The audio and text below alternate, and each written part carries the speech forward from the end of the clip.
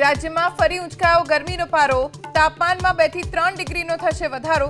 સૌરાષ્ટ્ર, કચ્છ અને દક્ષિણ ગુજરાતના દરિયાકાંઠાના જિલ્લામાં પડશે કાળઝાળ ગરમી।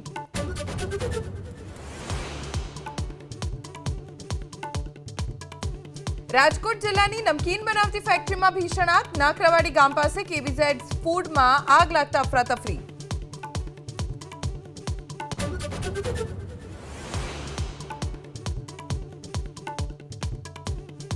સુરેન્દ્રનગરમાં વધુ એક વખત પકડાયું કોલસાનું ગેરકાયદે ખનન। મૂળીના વગડિયા ગામે ગેરકાયદે કાર્બોસેલના કૂવાનો પર્દાફાશ। 5માંથી 2 કૂવામાંથી કઢાયેલ કાર્બોસેલ સહિતનો 20 લાખથી વધુનો મુદ્દામાલ જપ્ત।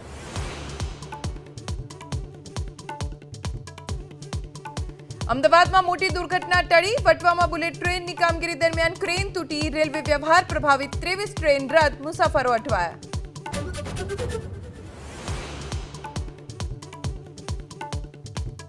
કેનાલમાં રિક્ષા ખાબકી, મોરબીના દલવાડી સર્કલ નજીક સદનસીબે કોઈ જાનહાનિ નહીં, સ્થાનિકોએ રિક્ષાને કાઢી બહાર।